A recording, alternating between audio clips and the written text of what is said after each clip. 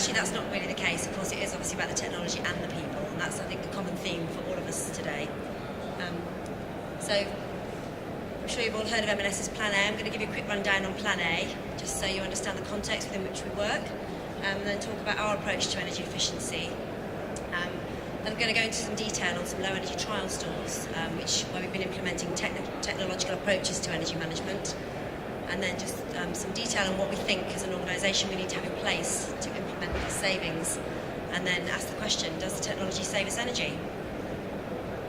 So Plan A, we launched in January 2007. We have 5 pillars, of which climate change is one. There are 100 commitments under these pillars, and we're working towards achieving all of these. It was the 2006-07 base year, and it runs till 2012.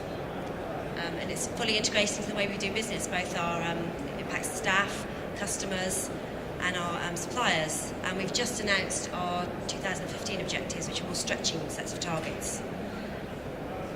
So going into the detail a bit more on the climate change, this covers a range of climate change issues, including on-site renewable generation, improve the energy efficiency in our stores, offices and warehouses. We have a newly announced stretching target to 2015 to improve the energy efficiency of our stores, offices and warehouses by 35%, based on the 2006-07 base year, which is quite a challenge. In terms of energy efficiency, this is the stuff that I focus on. I'm working at the moment to the 25% target, and in the first 2 years we announced a 10% reduction. We haven't released the figures for 09-10, but there is a further reduction to be announced. It'll be in our sustainability report, which is released in, I think, June. So the big question is, how have we achieved this? Technology. That's what I'm going to tell you anyway.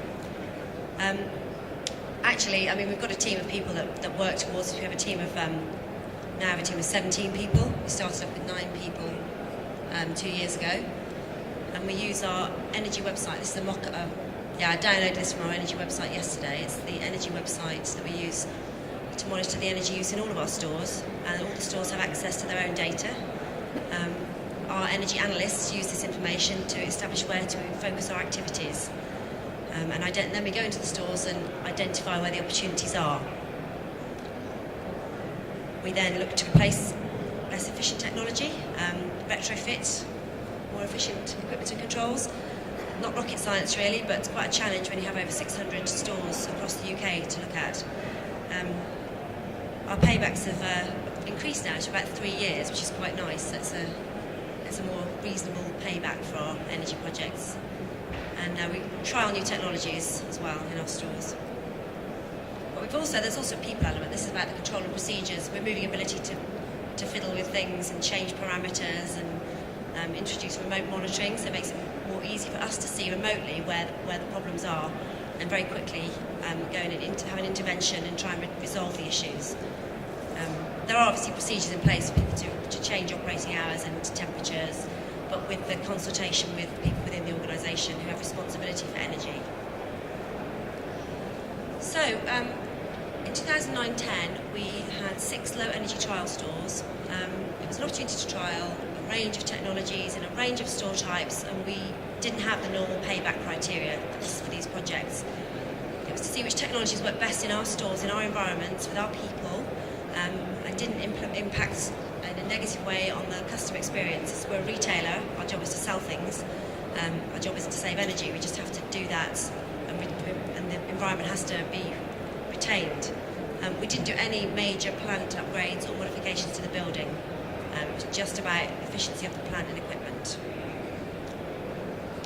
So this is the first example of what we've achieved. This is a 30% reduction in one of the stores. It was an older store that hadn't had any recent refurbishments, had been kind of neglected for quite some time in terms of having had new plant and equipment.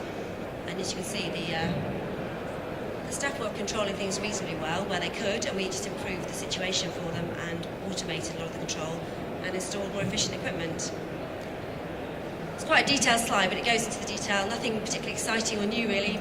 Movement detection on the shop floor, both out of hours lighting, but also on the background lighting during trading hours, which is was quite a revolution for us. And the light dims down during training hours when the areas aren't occupied, which is saves us a lot of energy, and our retail colleagues seem to like it, so that's good. We're hoping to roll that out. Put in central lighting control systems, extended and rewrote some of the software for the control systems for the HVAC, and put in a remote monitoring capability, which is very important. This was a newer store, another example, a large out-of-town store. So it was a more efficient store before we started. We saw about 20% reduction or thereabouts. Already had some modicum of control, so we just made it more efficient, tightened up the control and improved the efficiency of the equipment. Again, a very similar set of solutions. Didn't do the dimming on the shop floor lighting with this one, we just had PIRs for the stocking lighting, changed some lamps out. We trialled voltage optimisation, and we're still trialling that. Haven't decided how effective that was or not yet. So what do we need to have in place to achieve this? You're going to say, well, we needed to spend some money. That's quite true, but you need all of these other things in place as an organisation before you can get as far as implementing these projects. We have policy, we have a clear policy objective. We have Plan A is our main driver. We have targets both overall as an organisation, but also site-specific targets. Each of the stores knows that they have a target to meet, they have KPIs, they get regular reporting, they know that they have to achieve these objectives. We do have a budget to achieve this, but none of that would have been in place without the overall targets and the buy-in from very senior management, or the most senior management. We have our energy website, which I showed you earlier, and that allows us to monitor. And we have continual review. We have a team of energy analysts who their job is to keep a track on the stores, work with the stores, and review continually how the stores are performing and help the stores. The stores will review their websites, pick up the phone to the analysts and say, help, what can I do? I'm not achieving my targets. And finally, we have our awareness raise. We have a branded theme called Captain Energy. I couldn't get a decent graphic of him, but he's a man in a green suit who's out to save energy, save the planet. So all of this together works very well to help us save energy, but the technology has been really instrumental in saving energy where the staff didn't have the ownership that people have talked about, didn't have the control, didn't feel they owned that space. So technology, does it make a difference? I say yes, it does. But I think for sustainable energy savings, you need a combination of both, and I think that's a common theme that we've all discussed. So thank you very much for your time.